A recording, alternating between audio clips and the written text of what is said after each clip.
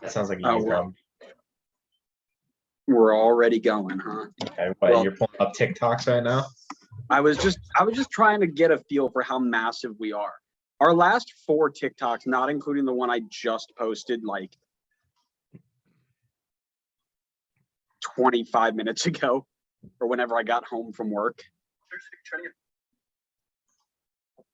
1,249 views, 1,147 views, 1,203 views, 1,672 views, with 159 likes, 105 likes, 90 likes, 107 likes, 41 comments, 25 comments, and then like 5 and 16 comments on the goals. But we are absolutely massive. So if you don't follow us on TikTok, get over there and follow us, because we are blowing up. You could say you were there when it happened. I was there when it happened. We all were, if you were cool. What's up, everybody? Welcome back to episode 31 of season 3 of the Designated Players podcast. This is another U.S. men's national team recap. MLS was on international break as we went into 2 friendlies, and at the time of recording this are about to go into 2 Nations League games. We will recap the friendlies. We'll talk about some things that will make a lot of people really happy, probably blow up on the TikTok. It'll be great. We'll also talk about our final World Cup competitor in our group, which was Wales, decided on Sunday afternoon. And finally, we'll talk Adam Buksa's $10 million transfer to Lens. We'll talk about what it means for the league, what it means for the Revs, just things in that nature. Before we do that, of course, we got to dive into Scarf of the Week. Connor, what are you rocking today? So I'm bringing the new hairdo. I don't know if you checked on Snapchat because I sent you a message. I did. I answered you back, and I hate you. I didn't check it, but I'm gonna consider it my ode to Walker Zimmerman. Because I've got. Oh my god! I'm working on growing it out. I'm going to just kick you off. This is going to be a solo pod at this point. And if I'm making an ode to Walker Zimmerman, I have to bring out the Nashville scarf.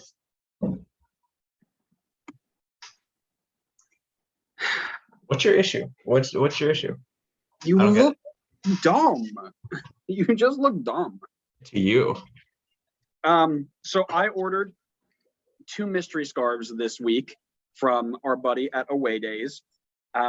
And he sent me actually a duplicate. He sent me Monaco, which I've shown on the podcast already, when I was supposed to get Juventus. But he must have known that we were manifesting transfers out of MLS, because your boy's got an RC Lens scarf. The timing is phenomenal for this episode. Or Martin is actually just even greater than Fabrizio Romano. I think we all can agree on that already. But unbelievable scenes. I didn't realize it until I kind of put it all together, because I was going to rock this scarf anyway. Just so happened that Adam Buksa made his transfer. But yeah, massive ups to my guy Martin. I look forward to the Juve scarf. Hopefully it gets replaced soon. I got to send back the Monaco one, so that'll take some time. But yeah, it'll be great. Should we just dive right into it? Yeah. Did you give a breakdown of what we're talking about today? You did. Were you not listening? Of course I wasn't. Come on. This is why nobody likes you. God. I like U.S. men's national team has gone through and played a Morocco team that had done very well in African Cup of Nations, and has a lot of very good players on their team, beat them 3-0, and then went and played number 13 in the world, Uruguay, and drew them 0-0. 2 games, 0 goals against. Give me your just initial reaction to the 2 games. What did you think of them? I missed the Morocco game. I was out working or doing something, but I did get all of the Uruguay games. So talk to me about the Morocco game, how you felt. So that actually kind of works out, because I caught some of the Uruguay game, so you can cover that one more. But I saw pretty sure most of, if not all, of the Morocco game. And it was a great performance from the team, honestly. 3-0 against a team that, is going to the World Cup. They're top 35, I think, in rankings. So, this isn't like you're not beating up on your Honduras in the octagonal or whatever. You're playing against a, actually competitive team. And they went out there and they won 3-0. It was comfortable 3-0. They looked fantastic. I would say, for the most part, they looked fantastic on both sides of the field. Obviously, there are always some missed opportunities going forward, and there's always a couple of times defensively where you get lucky. But for the most part, you really can't complain too much if you come away with a 3-0 win, especially when you're going up against, guys like Hakimi, who's obviously going to be a huge problem for the U.S. going forward. And I think that's I think being able to contain him would be a good first step to being able to work, being able to show that you can contain someone like Bale for Wales, for example, just kind of like the star attacking forward. I think I think a lot of people were surprised to see that Greg, when he initially announced the roster, have it be so like World Cup heavy. Let's just, say it like that. But I think he was looking to make his last tweaks before the World Cup was coming up. And I think that, everything, I think he was mixing in a few players to try to figure out who was getting those last few spots on the roster. But yeah, it looked like from that first game, it looked like he has things down pretty well. But, I'll take it with a grain of salt because we know the U.S. doesn't show up and score 3 goals every game. That's kind of more of a rarity. As is evident in the game against Uruguay, where we couldn't create anything worth anything, really. So the one thing I took away from the Uruguay game is they rotated heavily. That's not saying that they played a bunch of guys who wouldn't make the Honduras team, right? But it wasn't the Cavani, the Suarez, the Vecino, the Valverdes, right? They all came off the bench. But we also didn't put out our best 11, right? We had Sean Johnson in goal, who was phenomenal, by the way. Very, very happy with his performance. Joe Scally at left back, who we are going to talk in depth about. With DeAndre Yedlin on the right. Still iffy about that. The midfield 3 was the same, and they still looked good. But we're going to talk about some things that they need to work on as a group. But here's what I take away from that is our team is deep enough that if we rotate, we can keep up with the teams that are rotating as well, right? If they start their best 11, I don't think we win that game with the team that we put out there. Just, that's just facts. But the fact that we were able to go put out goalkeeper 4, left back 5, right back 3, and what is apparently now center back 2, but really realistically probably center back 3 or maybe even 4, depending on who you ask, and keep them off the board with a Nunez who is supposed to be the next, Luis Suarez, supposed to be a world beater. That's a really good thing to take away.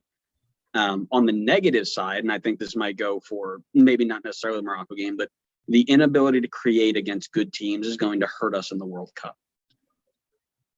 And what I think our answer to that is our fullback play. We are relying too much on direct balls into Pulisic, into Weah, into the feet of whoever's playing at the number 9 spot, and trying to just go one-on-one and create something with a bit of, bit of trickery, bit of talent, right? What we really need is the Dests and the Anthony Robinsons in the starting 11 that'll bomb up the wings, allow Pulisic and Weah to kind of tuck inside a little bit, create a numbers advantage, and then go. But because we don't have that, right? Yedlin didn't get forward too much. Joe Scally looked like he was terrified to even move. You didn't get that ability to break down what was a very good Uruguay defense, right? Had our chances, but at the end of the day, you're going to need that fullback play in this system to make it work. That's just the one thing I took out of it. There wasn't enough coming forward from our outside backs to allow, right? Every time we got a decent chance, it came from Tim Weah beating somebody down the line. When realistically, there should be somebody overlapping him, letting him, make a decision. Maybe lay it off. Maybe I cut inside. Maybe I beat him down the line anyway. Right, just options. And I think when you see Dest and Robinson back, they make it a little bit better. Do we win the game if it's Uruguay's best 11 versus ours? Maybe, probably not. But I still think we put up a good fight. Just me. Yeah, I think about the best chance that I can remember from seeing, and I did miss parts of that game, so take it with a grain of salt. But I remember it came down the right side. I want to say it was probably maybe way on the ball. I don't remember exactly. But he plays a ball to an overlapping DeAndre Yedlin, and he crosses it across the box. And it was a fantastic chance that Jesus Ferreira missed. But like you said, that's where we created, at least in my mind, our best chance was the overlapping fullback run. Yep. Let me ask you. I don't want you to ask me. How much of the Uruguay game did you see? I saw a lot of the middle of the game. I don't remember exactly minutes wise, but I want to say maybe at least 20th to halftime, I want to say. Okay, so you didn't catch any of the Eric Palmer Brown? No, I did not see the second half. So give me your thoughts on Joe Scally's first half performance then. Not his best game. I think maybe it was the Mark McKenzie effect, where it was almost like nerves coming out there it's not his first game, I don't believe, but at first I think start maybe. So probably a little bit of pressure on him. It's obviously not an easy opponent to go against. Uruguay is a top team, even if they didn't have all their best in there. I still think there's good potential with him, obviously, but I don't think a performance like that is going to be strong enough to win over a spot on the plains of Qatar. It's almost like everybody was screaming, and this comes to us too. We were asking for him, but we were asking for him against El Salvador and Honduras, not number 13 in the world, Uruguay. But everybody else was like, oh my God, this guy needs to, how dare we call in Reggie Cannon and anybody else? George Bello. George Bello. Yeah, how dare we call in George Bello and Sam Vines instead of our Lord and Savior Joe Scally, who has played a total of 1,000 professional minutes. It's almost like the people whose job it is to evaluate talent know what they're doing. And I bring that back to Eric Palmer Brown, right? So my friends listening who are on the Aaron Long out train, you're telling me that you'd rather see Eric Palmer Brown, as we've mentioned, a subpar defender on a team that nearly got relegated in the French League, who got absolutely put in spin cycles in 45 minutes. He only played 45 minutes and he looked like garbage.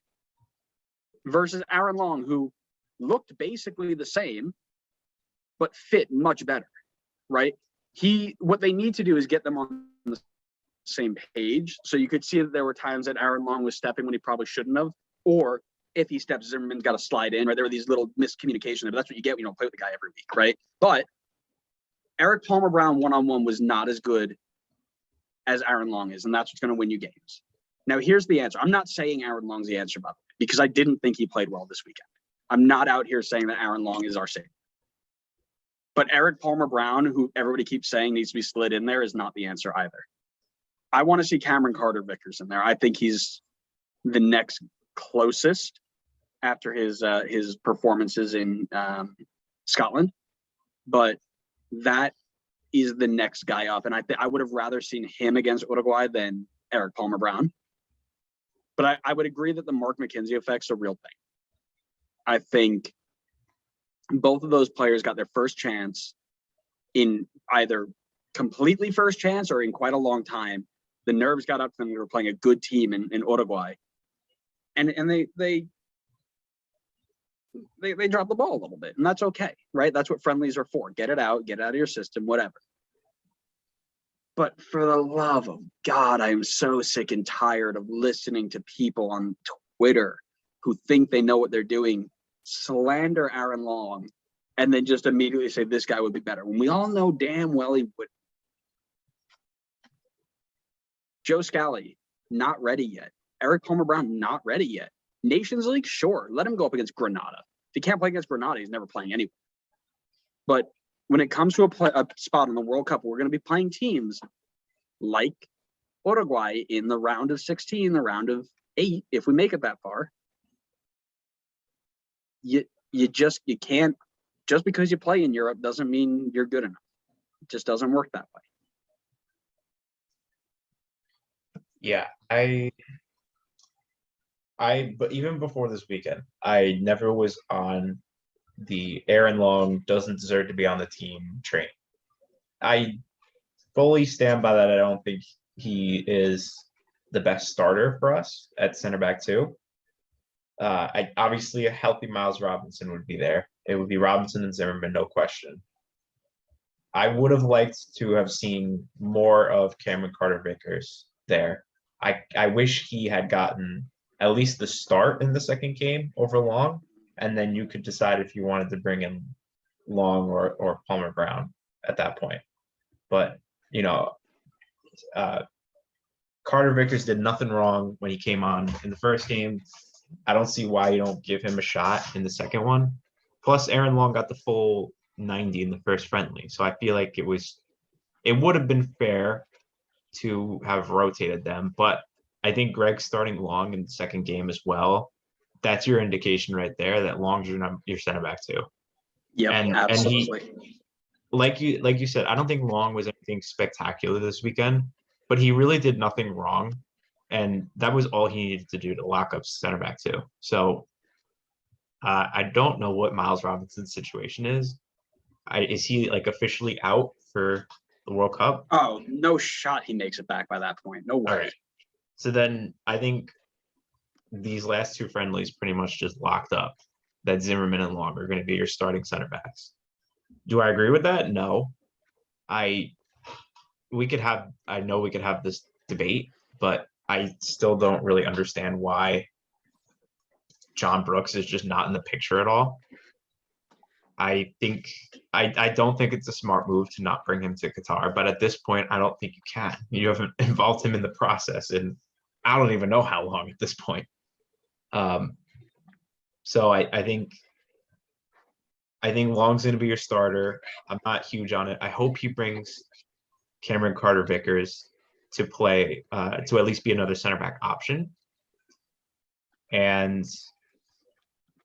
yeah, and then I guess we could see who else gets brought on. But I wish John Brooks was there, not necessarily because I think he's the best of the center backs, but how many guys, when you look at the crop of players that are kind of in and around the mix right now, how many of them have World Cup experience for us? It is a super small. You have DeAndre Yedlin and John Brooks, and that's about all I can think of right now. I don't disagree with the experience. And the other thing that he gives us is ability in the air on attacking set pieces, right? We know that he's good getting up and putting the ball away. But he was poor at Wolfsburg. He doesn't fit. He doesn't know how to play with anybody in the system because he's been gone for so long. We made this comment before. There are 5 months, 4.5 months until we go on a plane to Qatar. That's not enough time to just start trying new people. That's just the way it is. I don't think he even gets a consideration unless everybody else is either the worst player for their team over the next 4 months, or they all get hurt. I think he's out. Whether that's right, wrong, or indifferent, that's just the way it's going to be. If he had a fantastic Wolfsburg season, and he still got left out, it's a different conversation. But it's the same reason why Eric Palmer-Brown probably shouldn't be immediately in the conversation, because he was bang average for a team that finished. They finished 12th, Wolfsburg. So yeah, they finished 12th. Troyes finished 6 points above relegation. In arguably probably a worse league. A worse league, right? And if I remember correctly, he was like middle of the pack type of rating on Who Scored. Double checking here really quick. Yeah, while you do that, I pulled up Brooks. No, let me rephrase. Sorry, he was 6th best player on his team. Okay, so I will. Brooks or Palmer-Brown? This is Eric Palmer-Brown, 6th best player on his team that barely avoided relegation. So I will hold my hand up. I apologize. I shafted him, but he also gave up 53 goals in 68 appearances with a -16 goal differential. So yeah, I think Brooks definitely had a bad start to the season, and I think that really like hurt his chances of getting in and around the mix. And just since then, Greg has not called him in. But from the looks of it, and I'm looking at SofaScore, it's just a different rating website. He had a strong end of the season outside of one game against Dortmund. He had a pretty strong end of the season where he finished with a 7 rating or higher in 5 of his last 6 games.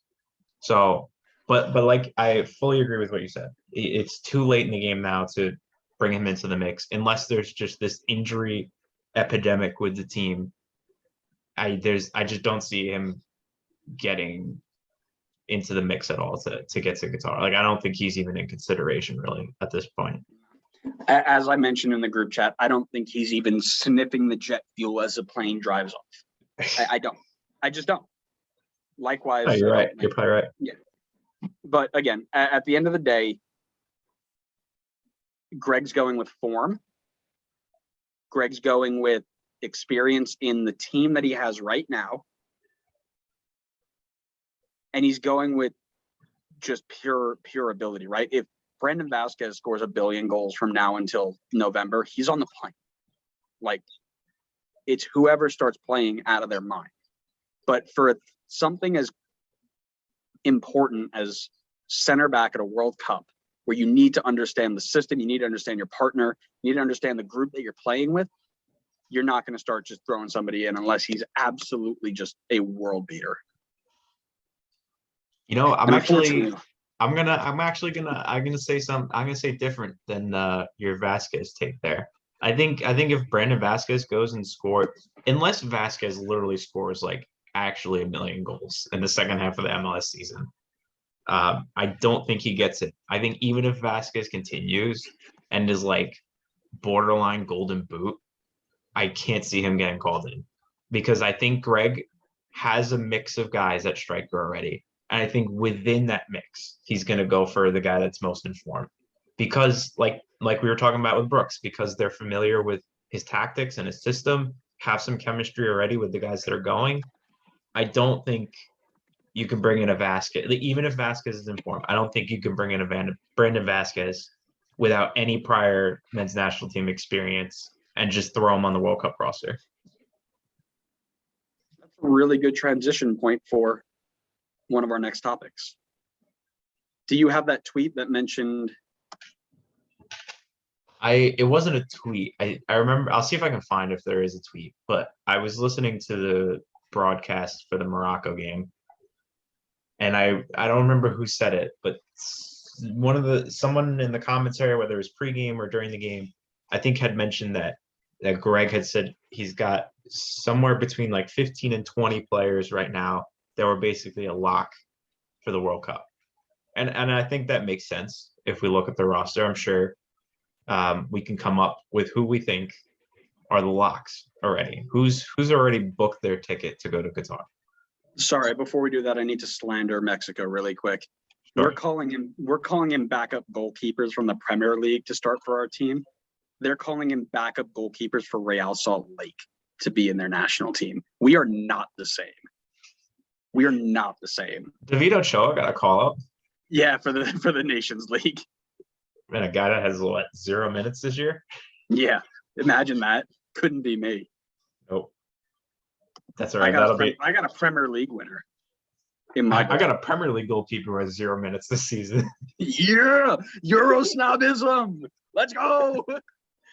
It's not about. It's board. not Don't about read the what board. Euro snobism does to you. It's about what it can do for you. I'm getting that tattooed on my forehead. Yeah. So. All right. So you said how many? I think it was somewhere between 15 and 20. I don't remember what's the amount of guys that can go to the World Cup. Was it 25 or something? 23. Okay. I want to say there was about like 5 positions up for grabs. So I want to say maybe like 17 or 18 then might be a lock. All right, let's go through it. Starting from the back. Wait, should we keep a list? I don't know if you have something else. I'm making it right now. All right, starting from the back. Yeah, Stephen Turner are a lock. Turner. Dest. I do want to say for goalkeeper, I meant to mention this before, sorry. But I think Sean Johnson, this might be a hot take, but I think Sean Johnson's last game against Uruguay may have jumped him up ahead of Ethan Horvath. Ooh, it's not a hot take. I thought the same thing. I think he absolutely, at this moment, I think he deserves it over Horvath because. So there are people screaming that he should start. All right, well, let's slow down. because he's the only person actually playing for his team. I mean, Matt Turner is playing for his team right now. We're gonna go ahead and pump the brakes and send you back to the loony bin because that's just out of pocket. That is, yes. But Sean Johnson's been one of the best goalkeepers in the league this season. No question. No disagreements. And he's consistent year in, year out. He got his shot against Uruguay, and he absolutely took it. He did what Joe Scally needed to do in order to get on the World Cup roster. And I think he absolutely, on form, I don't know how you don't go with Johnson over Horvath to get that last spot. But absolutely. Yeah, that's definitely not a lock. That's for sure. That's definitely up in the air. Right. So as you were saying, we got Turner, Stefan. You said Dest, right? Yeah, I'm just kind of typing out my list right now. I personally, and you can tell me if you agree or disagree. I personally think Yedlin's the lock. Ugh, no. I'm not saying I like it, but I think he's a lock. All right, hold on one second. Let me keep going here. We can come back to that one. We can come back. Wait. You said 17, you thought? 18, 17, 18? Something like that. Something like that.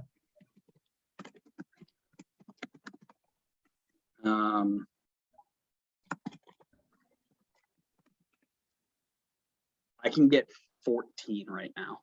You can get 14. You know, I'll use Yedlin as 15 because I think you're right. Out of all the backup right backs we can bring, I think he's the guy. Okay, so I've got Stefan and Turner in goal. Yeah. Dest, Yedlin at right back. Zimmerman, and that's it. I don't know who that other center back's going to be. Anthony Robinson. Yeah. Musa Adams McKinney. Yeah. Luca De La Torre. Yeah. Gotta be. Pooley, Weah, Ferreira. I'm not sure about Ferreira, honestly. I think you're probably right. I think he's gonna be there because of his MLS form, right? If he's going off form, he's in the group. What if he falls off though? Yeah. We're talking right now.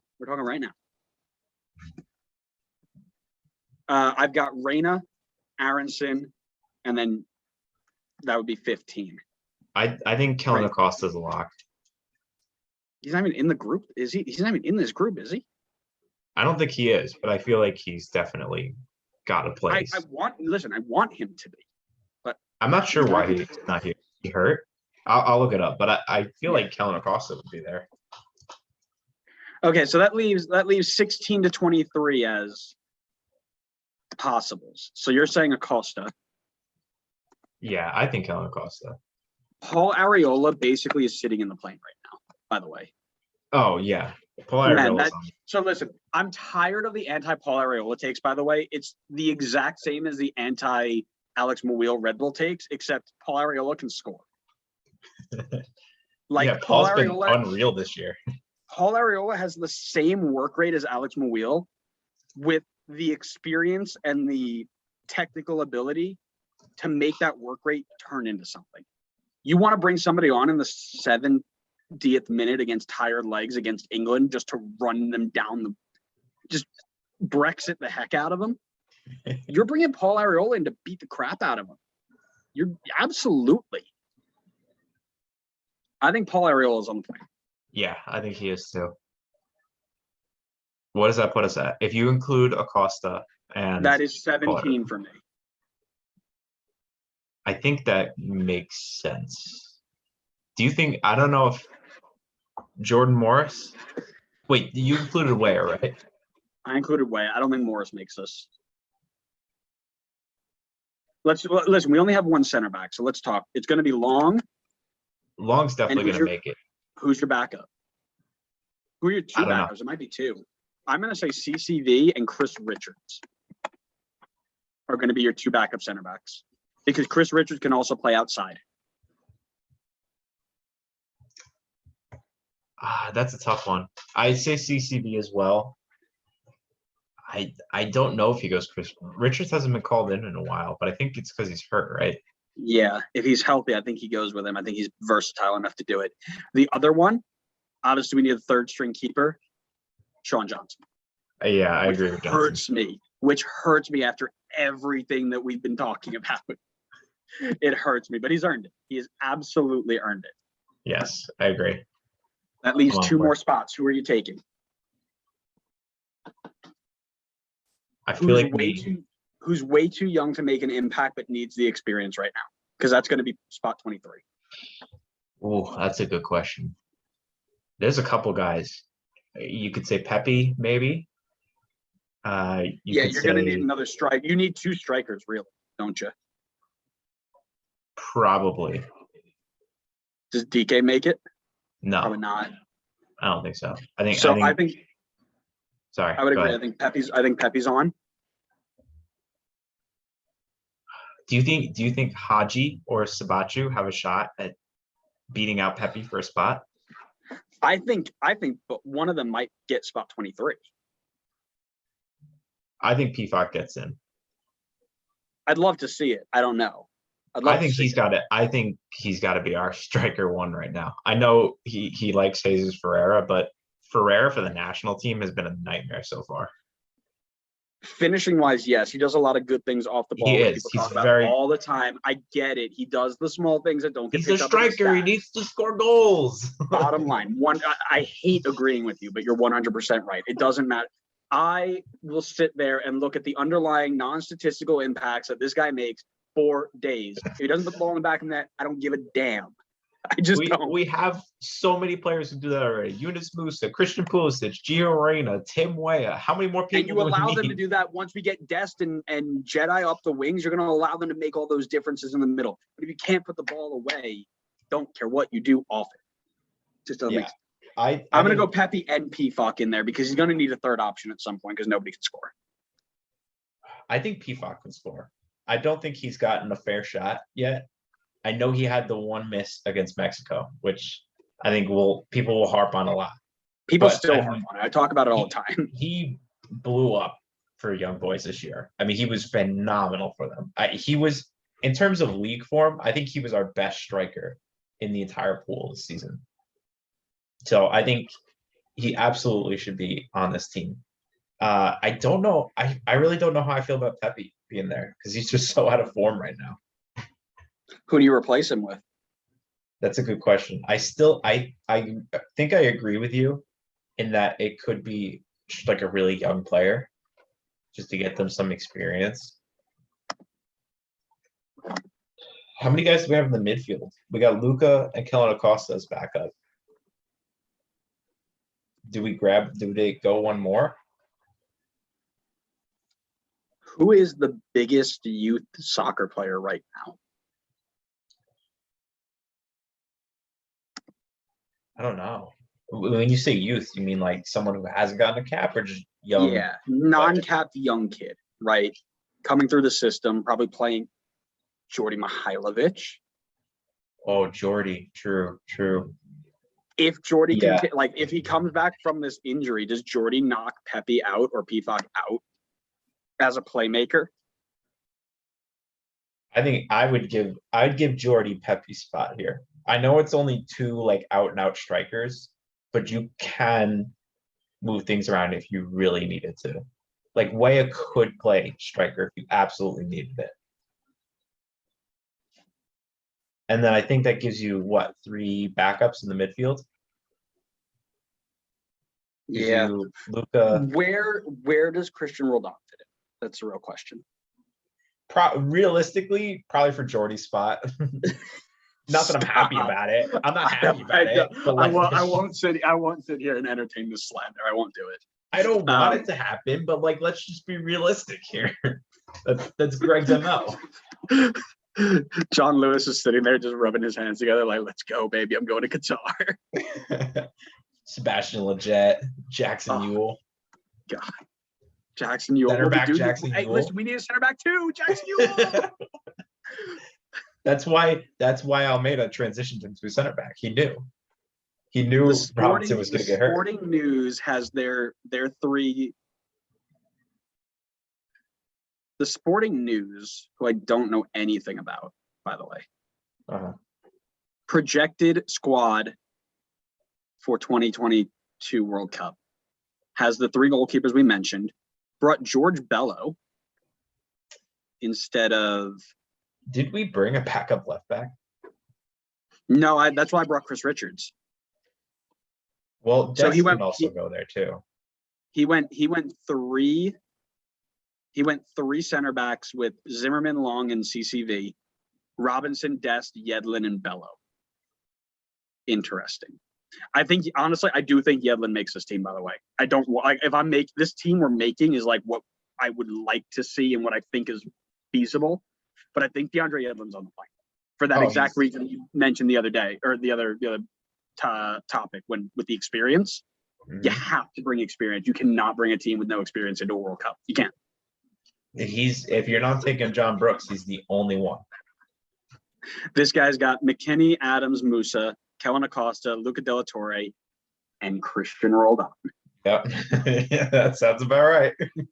Pulisic, Aronson, Reyna, Weah, Ferreira, Haji Wright, and Jordan Morris. So he's only brought 2 strikers. Man, he's got Haji on there. I don't know. I so he doesn't have Pifak there. No Pifak. Richards, Eric Palmer Brown, Mark McKenzie. I think that's pretty bold to not take Pifak. Are all out. Pepe is out. Haji Wright in. He doesn't really give a really great description of what's going on, but. So I'm looking at transfer market. It looks like Pifak is only out of like not including this roster because it looks like he has an injury. Otherwise, I don't see any way he's not a part of this team right now. Yeah, like, there's just no way, right? Like you can't justify not making him part of the team right now. What more does he need to do, right? Like you brought in Pepe when Pepe was lighting it up in MLS. Yeah, if you're going to talk form, he has to be here. No disagreements at all. That's why I can't figure out why Haji Wright would be on there instead of Pifak. Because Haji scored a penalty in the friendly. Is that why?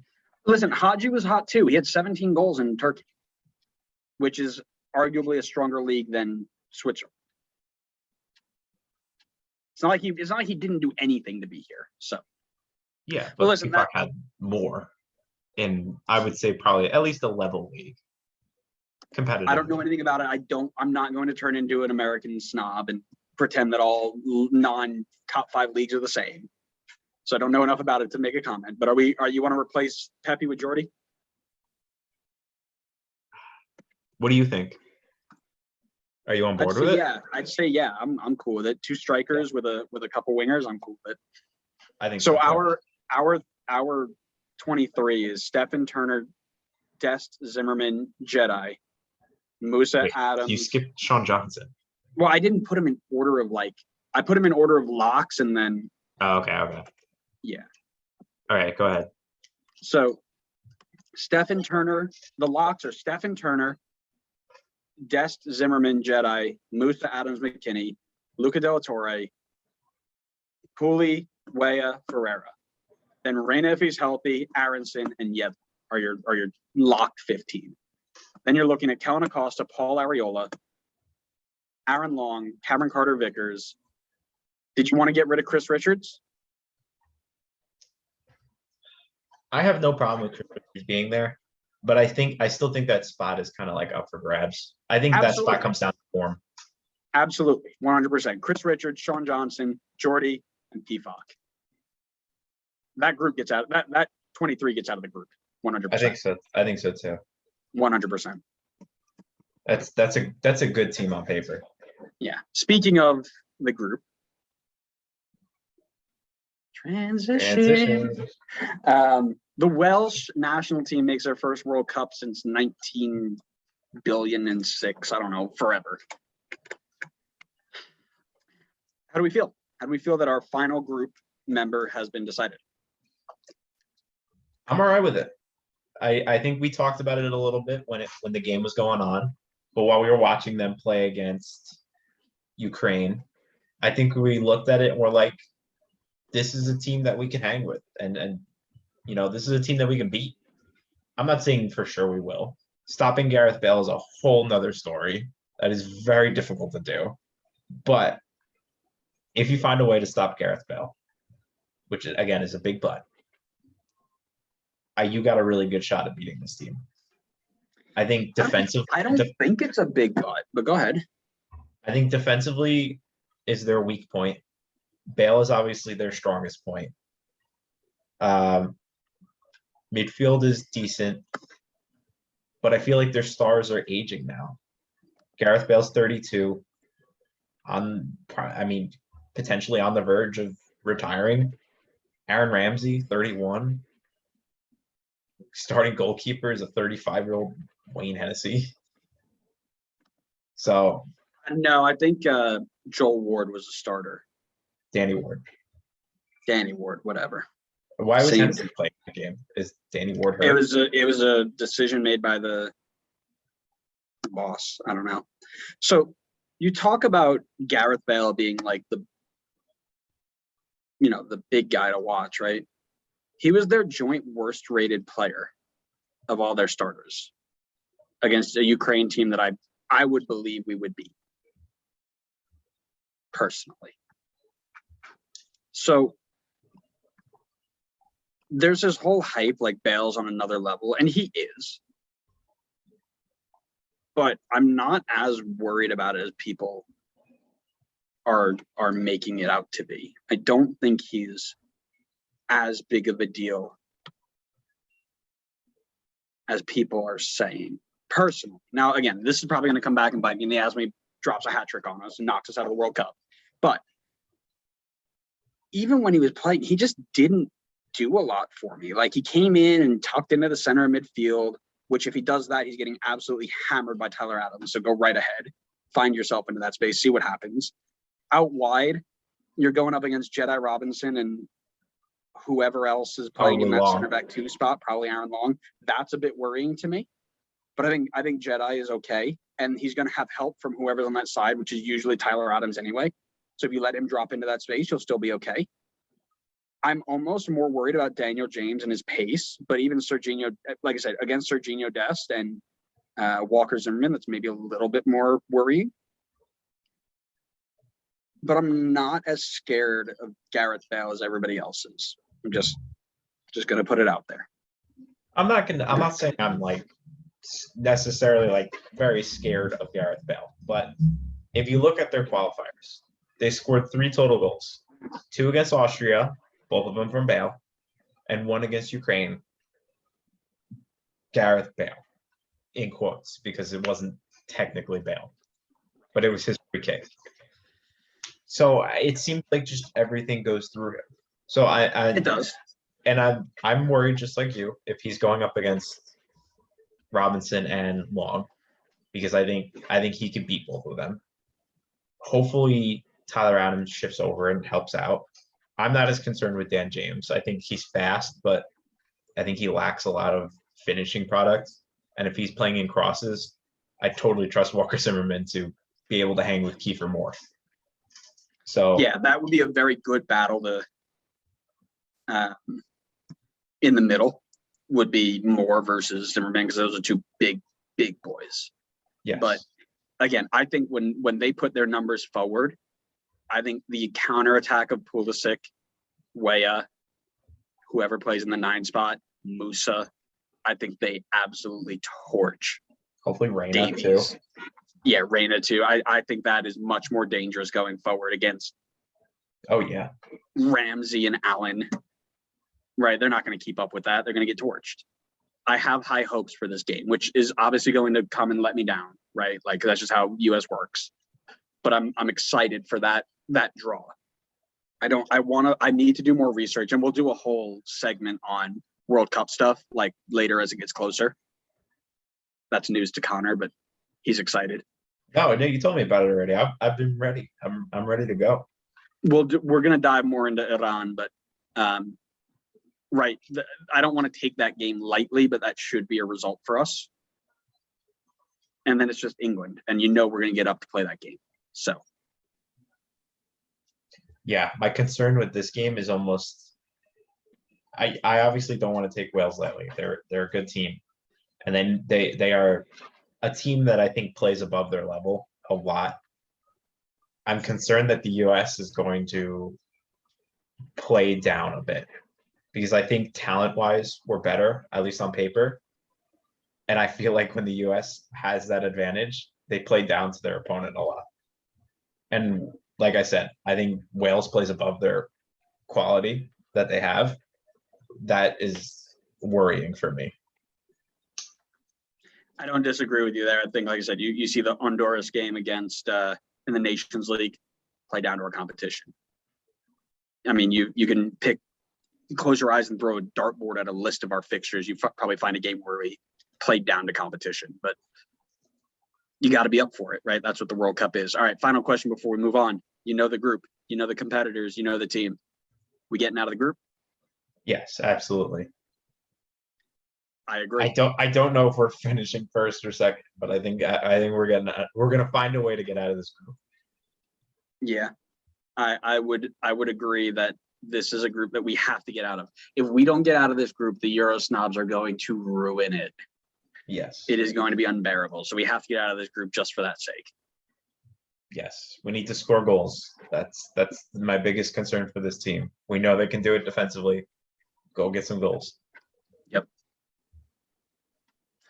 All right, really quickly, let's just go away from the men's national team. It almost hurts. I feel like we've had a really good men's national team talk.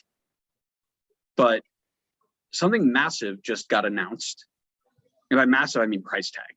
Adam Buksa, the New England Revolution striker, has just been sold, reportedly sold. I won't go into too much, for $10 million to RC Lens.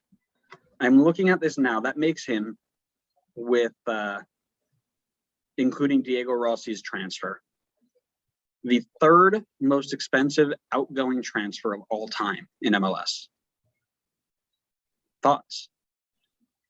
Yeah, I mean that's massive. From Sorry, hold on. Let me go back really quick because I was only looking at this season just to be sure.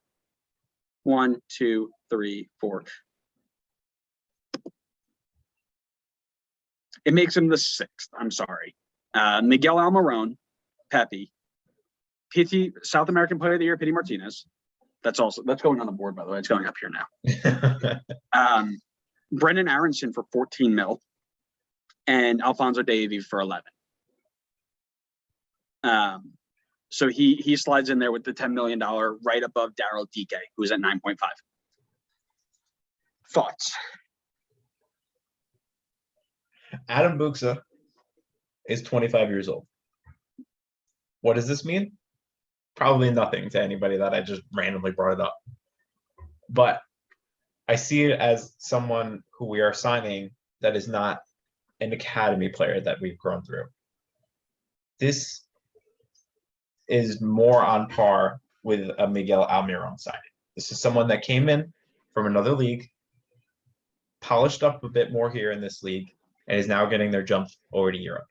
It's what we've been trying to do with a bunch of the South American players for a long time. And to be honest with you, it's been super hit or miss. I'd almost say more misses than hits. Correct. So this is great to see. This is fantastic for the league and for players that are looking at the league, because they've seen someone come in that wasn't just an academy player for the Revolution. They came in with experience, have built themselves up, and are now getting their jump over to Europe. It's not just it's not only Americans that can now, that can make this jump by playing in this league. That's how I see this move. I think it's a good showing for the league to say you can come here and you can actually develop. Don't look at necessarily, you don't have to just focus solely on the Barco situations where they come in and, get worse, I guess, or just don't build on their potential. There are opportunities to build up and go out. I think the fee is fantastic. To get 10 million for this is great. It's something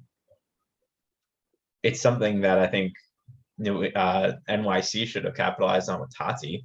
I still think they'll probably get more than 10 million, but I think it's a good move for the league. Good move for the Rebs, obviously. They're going to get a bunch more money. They've got this in the Buchanan money now. And this opens up a new DP spot. So I'm very curious to see who comes in to replace it. Let's see what Bruce can do. One of the other things I want to highlight too is the fact that the other thing that people can see from here is that your national team status doesn't drop off just because you come play here, right? He's been featured in the Polish national team for a couple of years now, and performing, right? So if we go to the Poland national, it looks like he's got 5 goals and 7 appearances. Right, but even if you look at it right now, like what they called in,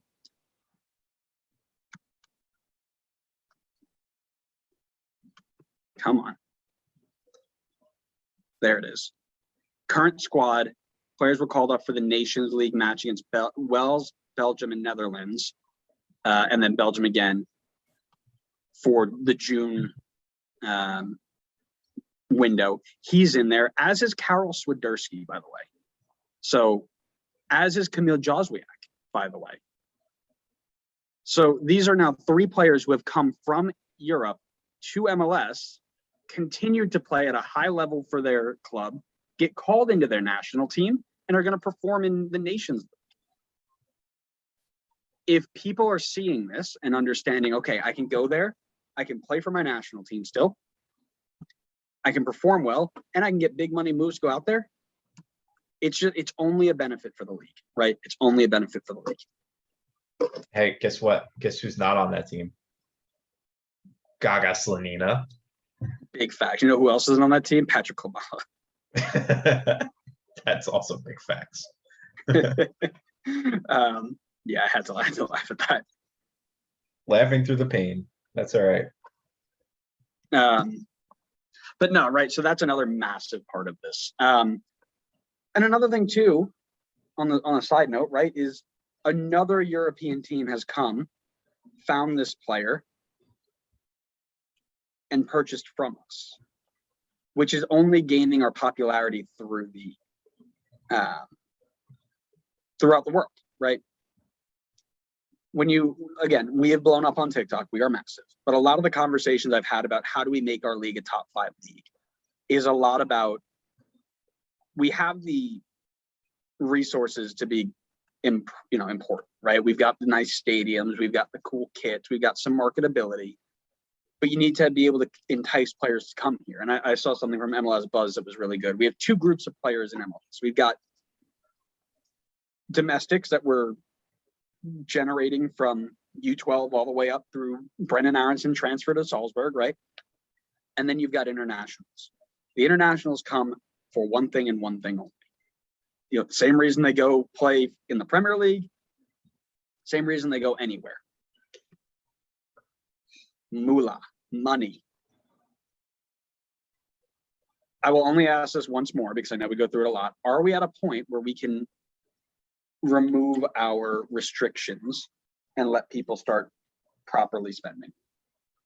No, can't remove the restrictions, but you can loosen them.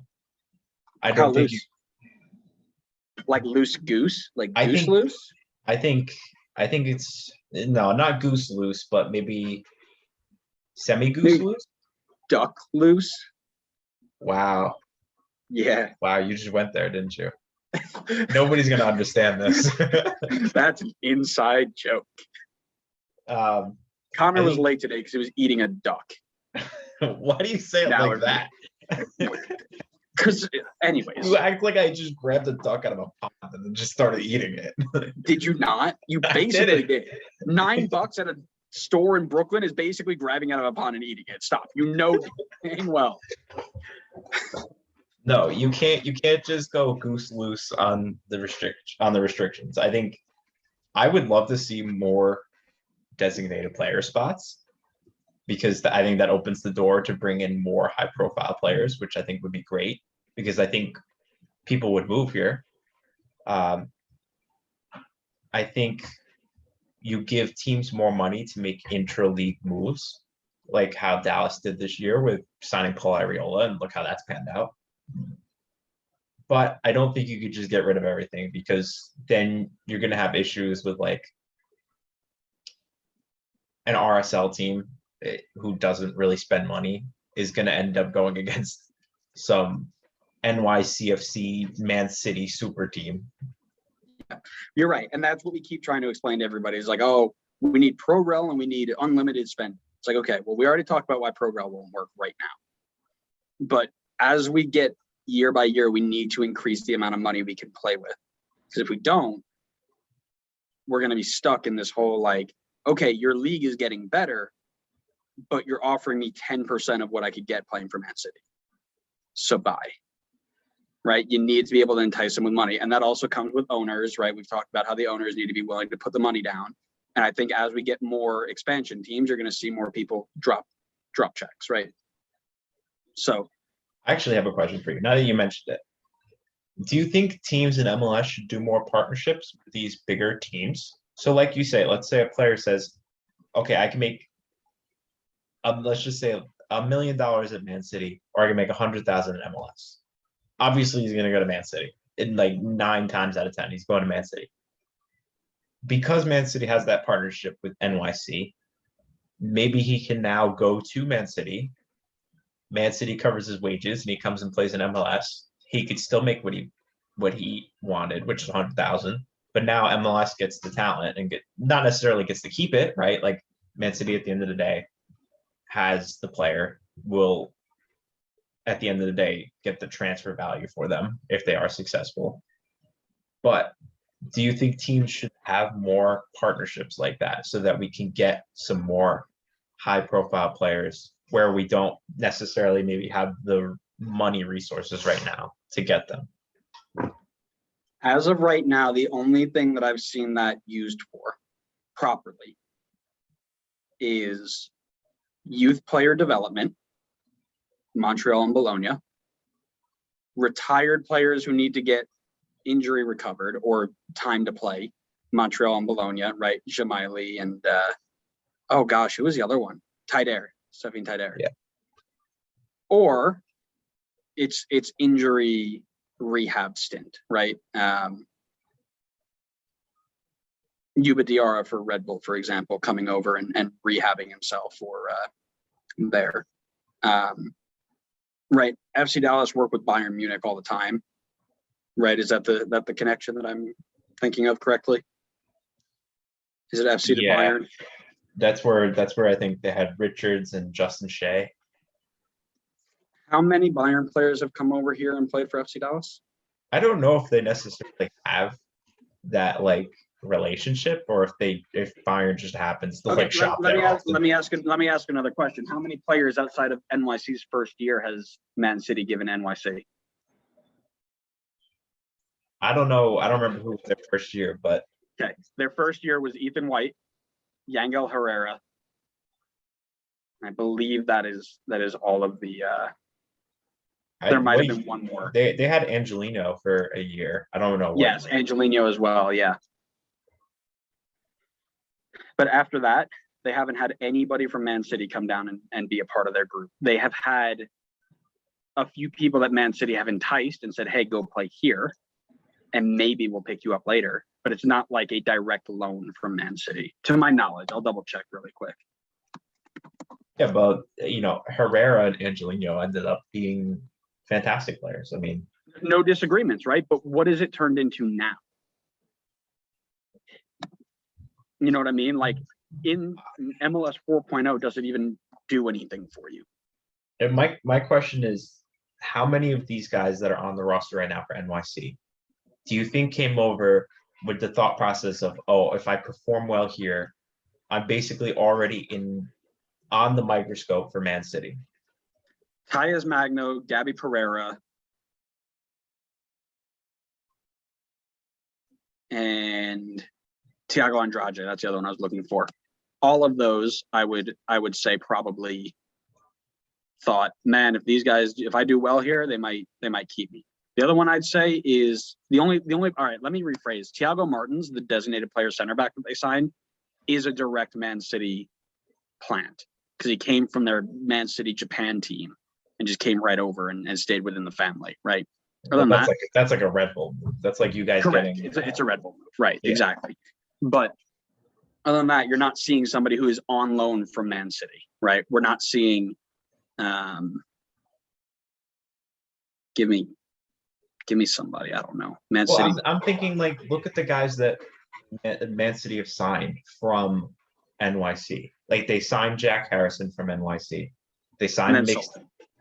Right, but they still signed them, and they signed mixed Diskerud. Whoa! You were not about to say that they signed mixed Diskerud as your example. They did. If they do not, listen. I'm not saying it's a great sign. I will not. No, I'm not. I will not entertain this garbage take. You will. You will entertain the garbage. I won't. I will not. If they don't have that link, if Man City and NYC do not have that link, mixed Diskerud is never getting signed by Man City.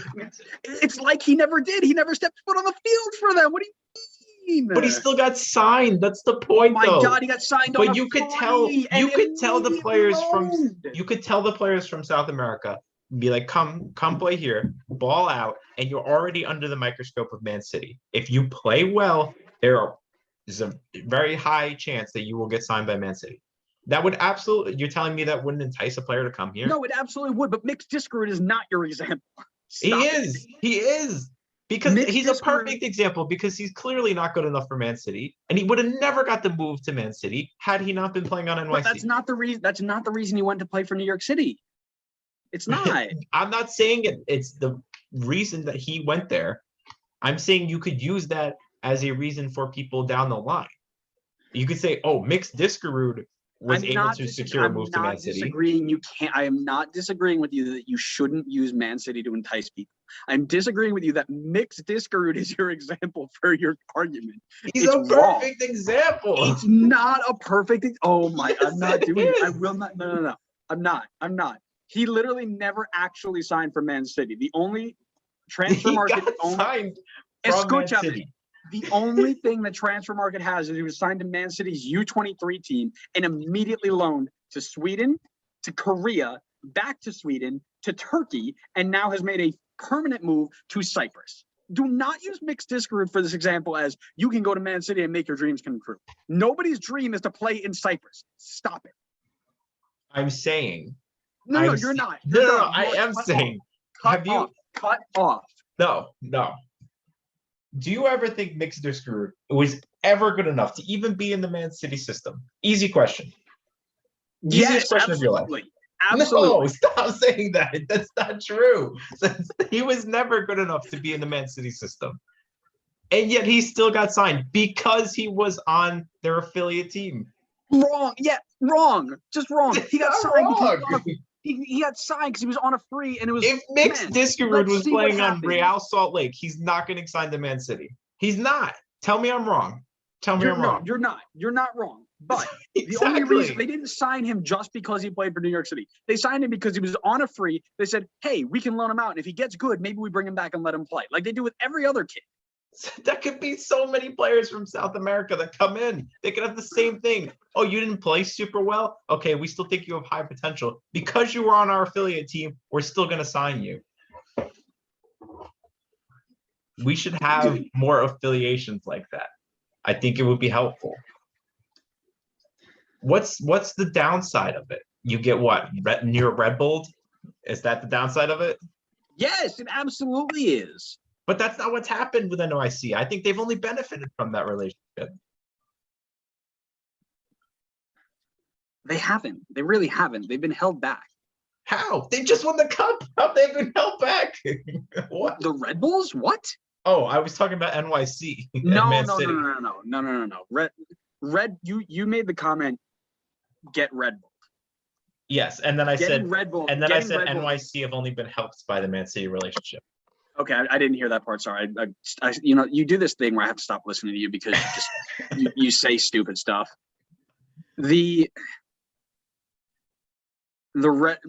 a part of a feeder system happens one of two ways.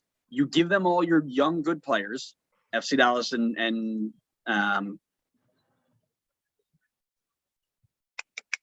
NYC. Thank you. No, FC Dallas and Bayern. Right, you're feeding them. Oh, all your okay. Players. The other way around. I thought you were talking about the other teams giving us. You get massive financial backing. New York City, Man City. Mm-hmm. You get all of their youth players, and you get to develop them. Good for you. Montreal, or you get Red Bull, where you get told we do not care about you. You are just going to give us all of your good young players, and we're giving you nothing in return. Now, I guess that's an FC Dallas thing too, but FC Dallas have more of a pipeline than we do. Anyways, it's not as good as people think. It is not bad if it's done right. New York City, Man City has been done right. You don't need players. You need money to be successful. Here is a bunch of money. Go sign good players. I think it hurts you guys as well that you essentially have two tiers above you because you have Salzburg and then you have Ligue. That doesn't help. I will say lately, though, you guys have been benefiting a bit more from the Red Bull system. You guys have brought in a bunch of players that you wouldn't have brought in without the Red Bull system over the last 2 years. I will absolutely agree with you that you have been Red Bulled for years on end. But I think I 100% agree with you that we have turned it around.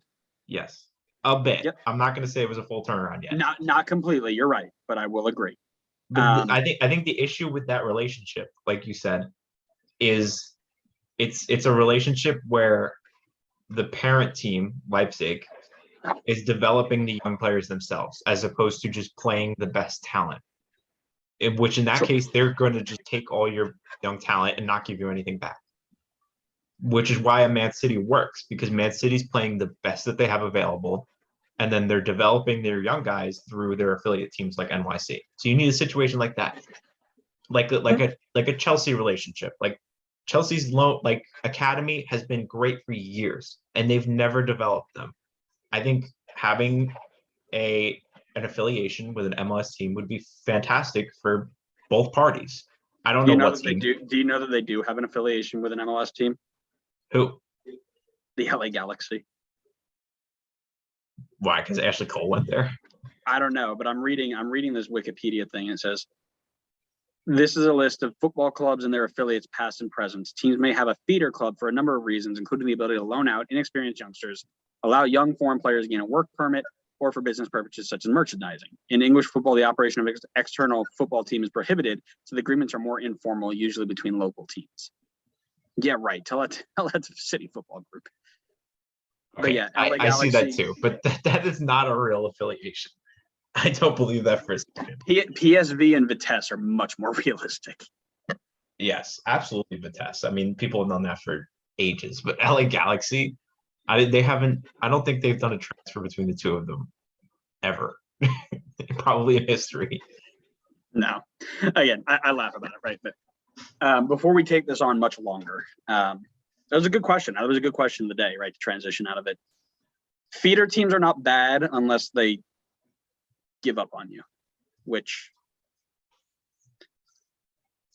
it has to work. It has to be a two-way system. And I don't think MLS benefits it from being a two-man system as often as they should. So I'm okay with it going. Again, I don't care. I'm already a part of it. It sucks. Whatever. I think you need the relationships. You need the Bayerns to link up with the FC Dallas and say, okay, we're going to take in your young players, but at the same time, we're going to give them back so you can develop them. We're going to give you more young players that we found that you can develop while we play our best talents right now. I think that's great. And that's how it should work. That's how it should work. I agree. Yeah, you don't need a Leipzig type relationship. That's not a good relationship because they play their young players as a way of development. And that's not a team, that's not an affiliate that we need because they're just going to take talent away instead of giving talent back as well. Correct. Yeah. Like I said, I'd like to see. I'm glad we're on the same page. Yeah, we are. On this one, we are. Finally. It took a lot of yelling and screaming, but we finally got there. Well, when you bring up mixed disc route, it has to be. It's the perfect example. I don't know how many times I'm going to say it. If mixed disc route can get a move, anybody can. That's what I was saying. Listen, if people ever wonder why I hate you, this is the reason why. Oh, my God. Okay. Thank you, everybody, for listening to Season 3, Episode 31. Make sure you continue to interact with us on all forms of social media. We are having a great time getting your thoughts and hearing your responses to some of our takes. If you're wondering where we are on social media, it's Facebook, Twitter, Instagram, YouTube, and TikTok. Search the Designated Players Podcast. You will find us. Make sure wherever you get your podcast, you're following us. Give us a rating. Give us a share. Let everybody know that we're talking football, man. Come out and hang out with us. Other than that, I usually ask Connor if he's got anything else to say, but I don't want him to make any more dumb comments. So we're just going to end it here. Thank you, everybody, for listening. You want to ask me if I have anything else to say? Thank you, everybody, for listening. Hope you enjoyed, and we will see you next time on the next episode of the Designated Players Podcast. See ya.